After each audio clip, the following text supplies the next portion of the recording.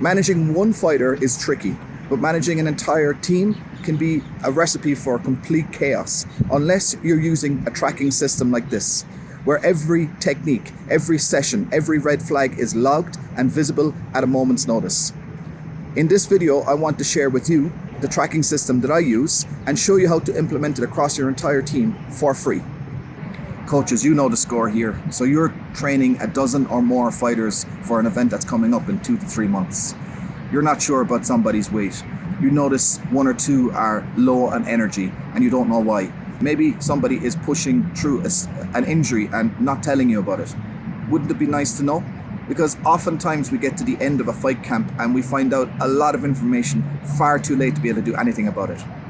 So let me show you a free and simple system that I've been using to track our fight team. Let's jump on the laptop and I'll show you how it works. I have a folder here called Sample Trackers. Now, for example, you could rename this to UFC 500. And this is our team camp for that particular event. At the top, you'll see I have a master file. Now, this is the file that you guys are going to download in the link in the description below. So let's just take a look at the master file itself. Across the top, you'll notice a number of different categories that the fighter is going to record.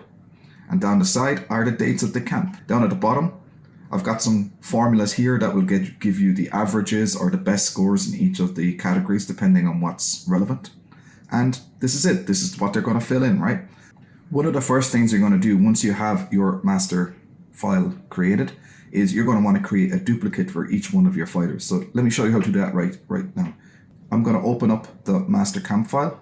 I'm going to say File, make a copy, and then upright in this position here, I'm going to name the fighter E, not ER. That's a bad omen.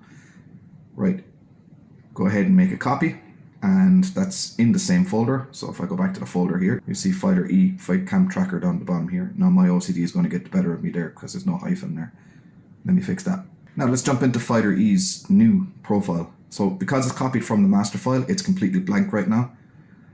That's fine. They can start entering that, but they're not going to be able to enter that unless you share it with them. So here we go to the share button up at the top left. And you pick which fighter this is for. So let's say I'm going to share this one with Fufu. So I hit Fufu Fares. He's going to get a notification. He's going to be the editor of this file. It's going to be shared with him within his Google Drive app. I'll say, hey Fufu, here's your new camp tracker. Start recording from Monday. Right, and I hit that send button and he gets that email notification with the file and he is now the editor. One thing I'd also recommend is share the file with a couple of people. So for example, if you've got 2 athletes who train together quite often, they're training partners most of the time, they hold pads for each other, whatever it is. I would share each one of their trackers with each other as well so that they can become accountability partners for each other. So fighter A can check in on fighter B, fighter B can check in on fighter A, and you still as the coach have oversight over both of them. The very first thing you'll know when you get into this tracker is how often your fighter is training. You see every horizontal row is a training day, and if there's a blank, then that's probably a rest day, and that could be a good thing, could be a bad thing. If there's lots of rest days, obviously that's a bad thing. You can get a quick snapshot of where their current weight is at. Now this particular fighter is doing a once per week weigh-in, that's fine. Resting heart rate, a lot of my athletes have Garmin watches or Whoop sensors that they wear, and it will give them their resting heart rate. You can also download some free apps to your smartphone that will allow you to cover the camera with your finger, and it'll give you a resting heart rate. If you just lie down for 5 minutes, you'll get it that way. Sleep duration, I can see here that this particular fighter is getting a good solid 8 hours of sleep most nights. If I go down to the bottom, I'll see the average is 7.75. That's decent. Sleep quality, so out of 5, 4s and 3s, okay, not bad, not bad. We had a pretty bad night's sleep here at a 2. Recovery score, so this is the score, this is a score that the fighter gives themselves once they've woken up. How rested do they feel after the day before in terms of their sleep and in terms of just maybe they did some stretching, maybe they did some bats, some recovery drills. So how rested and recovered are they the day after? And you can see here if somebody, this particular fighter is on mostly a 3. So you got to judge that based on what you know of this fighter. Are they working really, really hard at the moment? Do they have delayed onset muscle soreness from the day before? If this was like down at 1s and 2s, then you'd be concerned that they're overtraining. If it's at 5, then they're definitely undertraining. Now RPE, now I obviously didn't explain to this fighter what RPE is, but this is the rate of perceived exertion. If you hover over it, it gives you a little bit of a note there as to what it is. So I want these fighters to tell me at the end of their training day, how hard was that day? Was that a 10 out of 10? Was that the kind of day that you just want to curl into a ball and cry? Or was it like a total DOS day where you did hardly anything and it was a 1?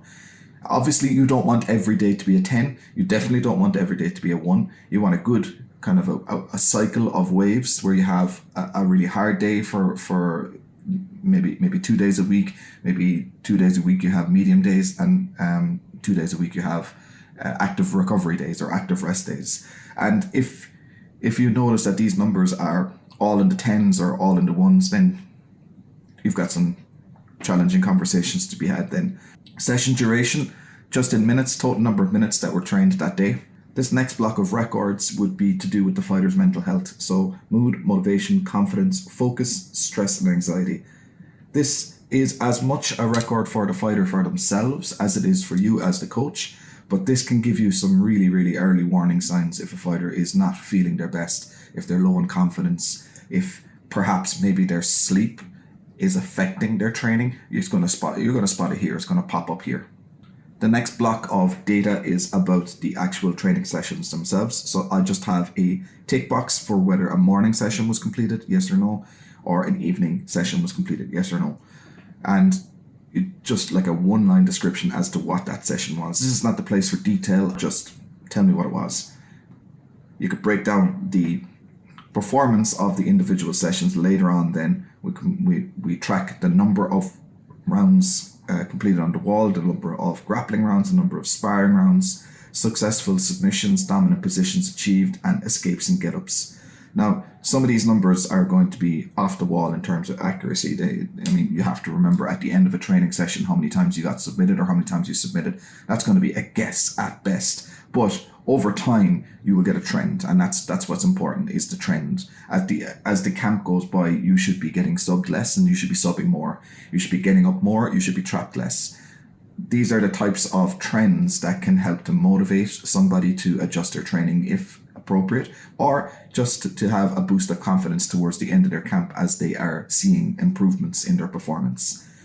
At the very end, you have injury notes and game plan notes. These are just general notes and observations that will help guide the athlete to maybe work on something that they're getting trapped on this week. Maybe they apply a little bit more time to that next week. Or as a coach, if you're noticing a trend amongst number of athletes that they're getting stuck in one position, well then maybe you adjust the lesson plan for the next couple of weeks on how to escape that position.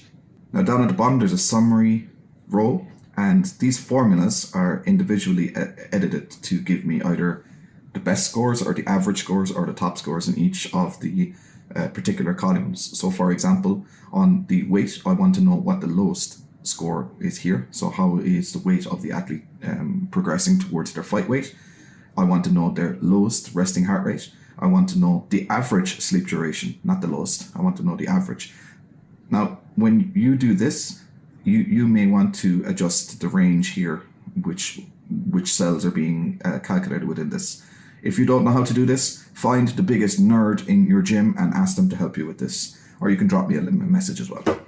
As you move to the right and you get to the totals column for the technical sessions, then you can get a clear indication as to exactly how many morning sessions were done, how many evening sessions were done. So that number, a fighter being able to walk to the cage and say, I've trained 300 times in this camp. I've done 200 morning sessions. Those numbers can add a lot of confidence to the fighter's attitude as they walk towards the cage. Same thing with the number of wall rounds completed, number of grappling rounds completed. Imagine being able to say to yourself, I did 500 rounds of sparring for this. Confidence comes in knowing that the work has been done. And when you see these numbers in black and white, they're they're listed there. You know you've tracked them diligently from beginning to end of that camp. Well, then these numbers are real. You're not just guessing that you have the work done. You know you have the work done. And there's power in that. I want to show you fighter C just really quick. You probably can tell by this file that this is a professional fighter due just to the diligence as to how it's been filled in. So we have the weight is coming down nice and steadily. We can see that the lowest weight now is quite close to where the fight cut will start. We have the resting heart rate is steady. It's fluctuating there. We had a day where it was quite high. Maybe that was due to a poor sleep day the night before. That's okay. It's good overall. Sleep duration, okay, good. What's the average sleep duration? 7.5 hours. That's excellent. Average sleep quality 3.9. That's almost a 4 out of 5. That's excellent. Recovery score 3.6. So I know this fighter is recovering well from their sleep. The average RPE 5.8. So let's just see, is that going up and down as the days go by? So we have 6.52. Yeah. So we've got like a relatively hard day there, a 2, or kind of a active recovery day. We've got 2 hard days down here and a rest day. That's excellent. Okay, so you can see that this fighter is really looking after themselves. In terms of the duration, we've got a really solid amount of time on the mats. We've got an extra long day here, a couple of sessions extra there. Mood overall, I'm not surprised. Knowing this particular fighter, I'm not surprised. Now we have a poor mood day there. I wonder why that was. Maybe that might be a cue to have a chat with this fighter. Is everything okay? Do you know, I noticed that your mood was down. Is there anything I can help with? Motivation, you can see motivation is quite good all the way through, steady. And confidence, yeah, not surprised here. Overall confidence, let's do the average, yeah, 4 out of 5, I'm not surprised. Focus, 3.8. You can tell already by this tracker that the focus is never an issue with this particular fighter. Stress and anxiety, you want to see a low number here, and yes, we have very, very low numbers, 1s and 2s. So stress and anxiety levels you want to see quite low, and this is something that will give you an insight into what you don't see on the mats. It might be toxic relationships, there might be financial stresses, there might be relationship with family member stress. And keeping an eye on this particular number as a coach helps you to just monitor that your athletes are okay on a holistic level. You can see from this fighter, I have nothing to worry about. Scrolling across to the particular sessions, you see a good mix of different sessions. I can tell that this fighter is working on all skills, not just one skill. They're working on their striking, their grappling, their positional rounds, their MMA drilling, their MMA sparring, their wall wrestling.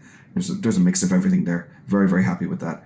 And then in terms of the rounds completed, you see a good chunk of data here.